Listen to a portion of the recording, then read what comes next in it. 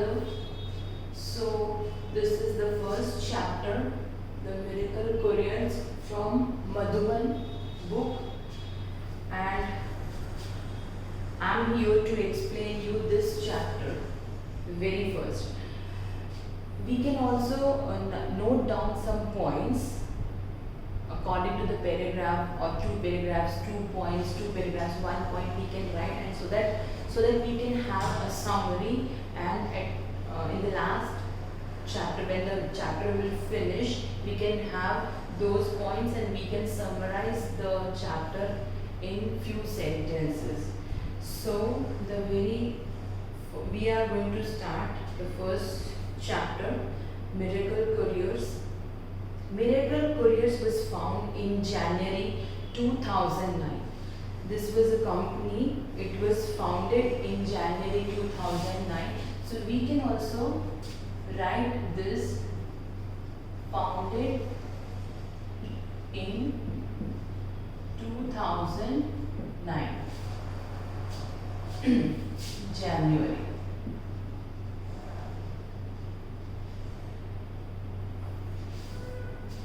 It was started by Dhruv Lakra, who combined his education and experience in both the business and social sectors to come up with a for-profit social enterprises.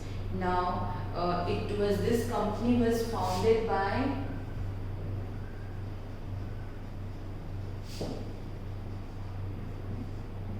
Dhruv Lakra, and इसने कैसे इस company को found किया था, कैसे इस company की foundation रखी थी, उसने अपना एजुकेशन और एक्सपीरियंस दोनों को मिलाकर अपने बिजनेस के लिए, बिजनेस एंड सोशल सेक्टर्स के लिए इस कंपनी की फाउंडेशन रखी थी, जिसका नाम था the miracle couriers. The idea to help the deaf was triggered by one particular incident he experienced while traveling on a bus in Mumbai. अब इस कंपनी में जो disabled people हैं, specially abled people, they use to work in this company. Actually क्या होता है कि usually हम किसी भी डिसेबल को अपनी कंपनी में एम्प्लॉय करने के लिए रेडी नहीं रहते, लेकिन ध्रुव लाकरा ने इस कंपनी में ऐसे ही लोगों को एम्प्लॉय किया. अब इस कंपनी में ऐसे लोगों को एम्प्लॉय करने का क्या रीज़न था, इसके लिए उसके साथ एक घटना घटी जिससे उसको ये इंस्पिरेशन मिली कि वो अपनी कंपनी में इस तरह के लोगों को एम्प्लॉय करे. एंड ये जो इंसिडेंट था वो हुआ था उसको जब वो मुंबई जा रहा था बस से, और बस में ही उसके साथ ये एक इंसिडेंट हुआ. Once Dhruv was sitting on a bus next to a young boy looking eagerly out of the window. एक बार ध्रुव बस में बैठा हुआ था और उसके पास में एक यंग बॉय बैठा हुआ था जो बहुत ईगरली, उत्सुकता से यहाँ वहाँ देख रहा था, इधर उधर देख रहा था. In fact, he was not just eager but very restless. उसको देखकर ऐसा लग रहा था कि वो सिर्फ क्यूरियस ही नहीं है, बेचैन भी है, रेस्टलेस भी है, कि हाँ जैसे कुछ ढूंढ रहा हो, ऐसा उसका बिहेवियर था. He was looking around anxiously, seeming slightly lost. वो इधर उधर बहुत anxious होकर देख रहा था, बहुत ही रेस्टलेस, बेचैन होकर देख रहा था, और ऐसा लग रहा था कि शायद उसे कुछ पता नहीं चल रहा है. Dhruv asked him where he was going, but the boy did not respond. अब ध्रुव ने उससे पूछा, उस बॉय से, कि वो कहाँ जा रहा है, लेकिन उस बॉय ने किसी भी तरह का कोई रिस्पॉन्स, कोई आंसर नहीं दिया. It took him a few seconds to realize that this boy was unable to hear or speak.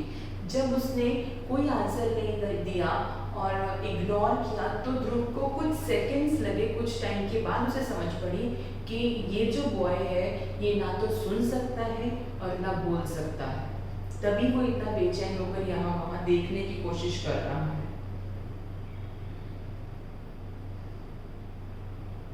He was deaf and dumb.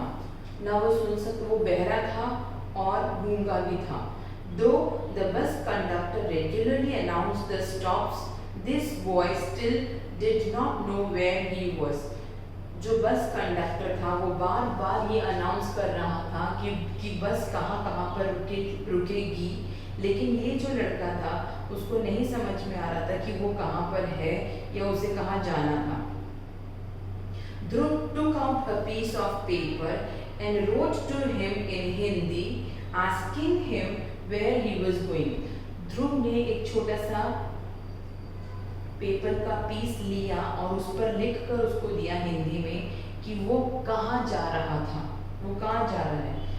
Through the back and forth pen and paper exchange, it suddenly dawned on Dhruv how difficult life was for the deaf. अब बार बार जब ये question answer का एक सिलसिला चल गया, बार बार paper पे लिख कर देना, फिर उसका आंसर मिलना, फिर उसको देना, फिर उसका आंसर मिलना, ये बार बार करने से ध्रुव को इस बात का रियलाइजेशन हुआ कि गूंगे और बहरों की लाइफ कितनी डिफिकल्ट है और वो लोग कैसे अपनी अर्निंग करते होंगे, रोजी रोटी कैसे कमाते होंगे.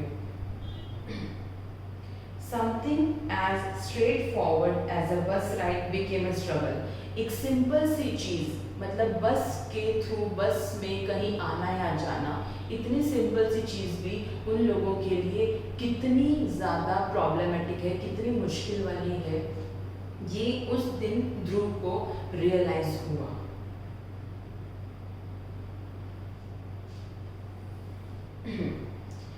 Deafness is an invisible disability.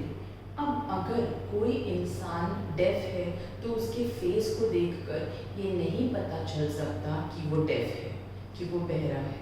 ठीक है. It is not very easy to realize that someone near you is deaf as there are no obvious physical attributes. ये बहुत इजी नहीं है इस बात का पता लगाना कि आपके पास जो इंसान खड़ा है या जो बैठा है या जो थोड़ी भी दूर है वो डेफ है, यानी कि वो बहरा है, क्योंकि फिजिकली उसको देखने से इस बात का कोई अंदाज़ा नहीं लगता. It is also a silent disability. Silent disability क्योंकि पता ही नहीं चलता है. ठीक है. There is very little public sympathy for the deaf. अब अगर लोगों के पास भी जाए और किसी को ये बताया जाए कि हाँ ये इंसान डेफ है, तो किसी को भी उसके साथ कोई सिंपैथी नहीं, कोई सांत्वना, कुछ फीलिंग्स नहीं क्रिएट होती कि हाँ ओके डेफ है, दैट इज ओके. ठीक है, ऐसा लोगों के साथ होता है. ऐसा इतना ही सिंपल मानकर लोग इस बात को और उस इंसान को भी इग्नोर कर देते हैं. And by connection there is a severe lack of support for them in India. और अगर इंडिया में भी देखा जाए तो ऐसे लोगों का बहुत ही कम लोग सपोर्ट करते हैं. Particularly when it comes to employment. और जब इसका कनेक्शन एम्प्लॉयमेंट से, रोजगार से होता है कि लोगों को अगर ये बोला जाए कि ऐसे लोगों को एम्प्लॉय करो, तो there are very few opportunities because no one has the patience or the foresight. तो लोगों में बिल्कुल भी उनको देखकर ना तो पेशेंस होती है, ना ही उनको देखकर ऐसा कुछ लगता है कि भाई उनकी हेल्प की जाए ऐसे डेफ पीपल की. देखो वैसे भी ये सिंपल सी बात है, अगर हमारे पास भी कोई डेफ आ जाए, कोई बहरा आ जाए, तो हमें उसको समझाने में कि अगर आपको एक छोटा सा काम भी करना है, एक मैसेज भी, लेटर भी किसी को पास करना है या उसके घर तक कोई पार्सल देके आना है, तो हमें उस डेफ पर्सन को समझाने में ही हाफ एन आवर लग जाएगा. और उतने आधे घंटे तक हमारे अंदर इतनी पेशेंस नहीं होती कि हम उसे समझाएं और फिर उससे वो काम करवाएं. जैसे हम में नहीं होती ऐसे ही और लोगों में भी नहीं होती. कोई भी इतना पेशेंट नहीं होता कि वो किसी डेफ को एम्प्लॉय करके अपना काम उससे करवाए.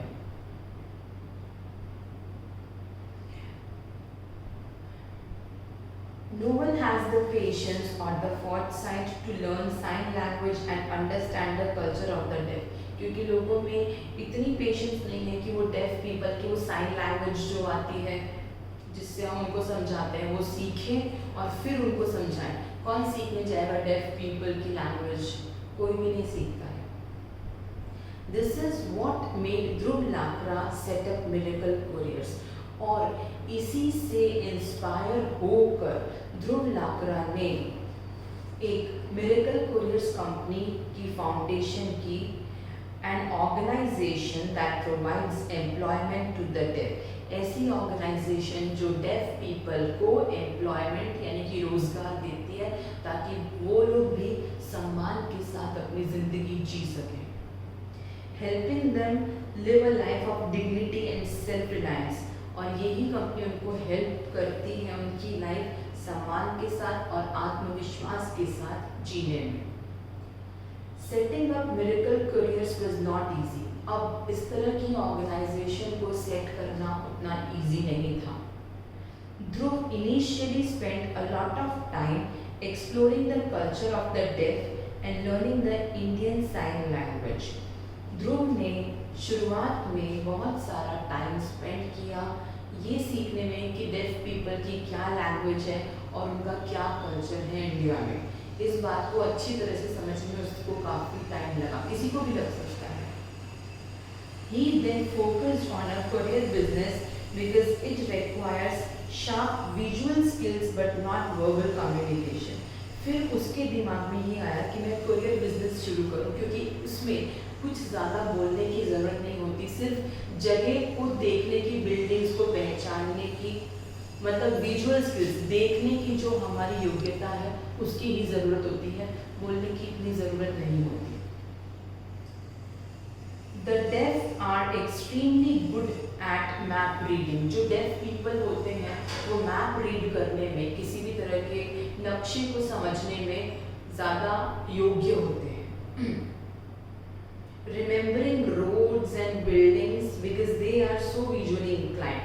अब क्योंकि उनकी बोलने की और सुनने की जो क्षमता है वो नहीं होती है, तो उनकी जो देखने की पावर होती है वो काफ़ी शार्प होती है, तो वो बिल्डिंग्स को, लैंडमार्क्स को इजीली पहचान सकते हैं एक बार में देखने के बाद, क्योंकि बहुत शार्प होती है उनकी देखने की क्षमता। Using this strength of the deaf people की इसी स्ट्रेंथ को, इसी शक्ति को यूज करके Dhruv manage to draw the best out of the employees. उसने एम्प्लॉयज में से ज़्यादा अच्छा काम निकालने की कोशिश की।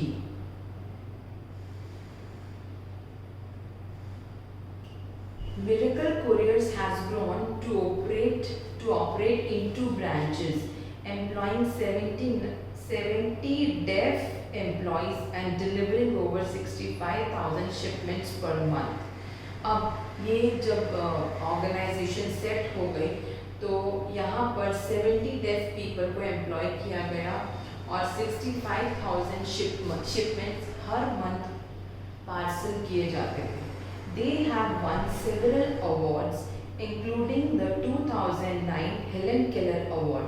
आप लोगों ने हेलन केलर के बारे में भी सुना होगा, वो भी ऐसे ही थी, वो भी अक्षर को टच करके, वो रेज्ड ब्रेल सिस्टम को टच करके वो रीड कर पाती थी। तो ऐसा ही एक अवार्ड जो हेलन केलर अवार्ड है 2009 में इस कंपनी को मिला।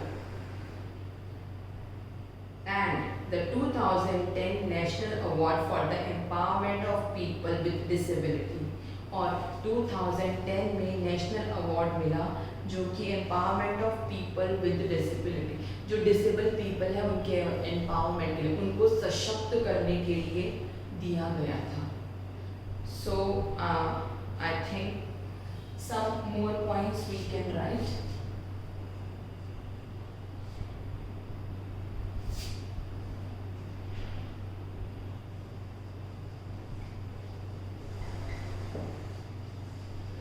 ऑर्गेनाइजेशन का नेम हम लिख सकते हैं मिरेकल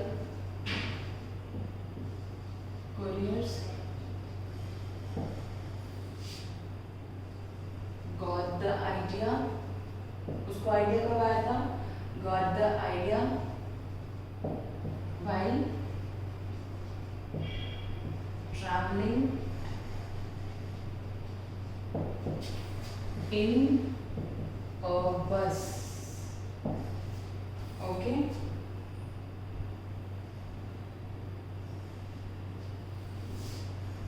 spent time, और उसने कहाँ टाइम स्पेंड किया था? Exploring the sign language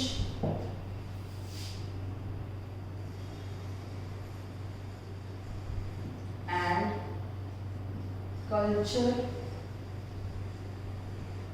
of deaf in India.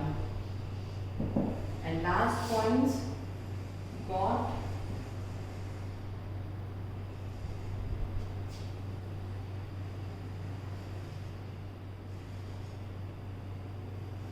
awards उसने जीते थे. Got 2009 Helen Keller Award और एक और अवार्ड था 2010 national award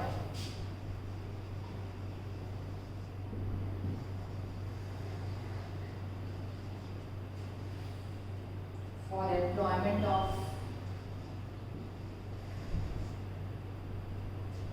for empowerment of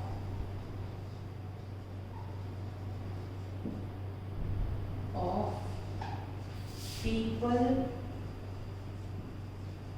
with disabilities. So these are the points. Through these we can also understand the whole chapter in some sentences. So this is it for this chapter.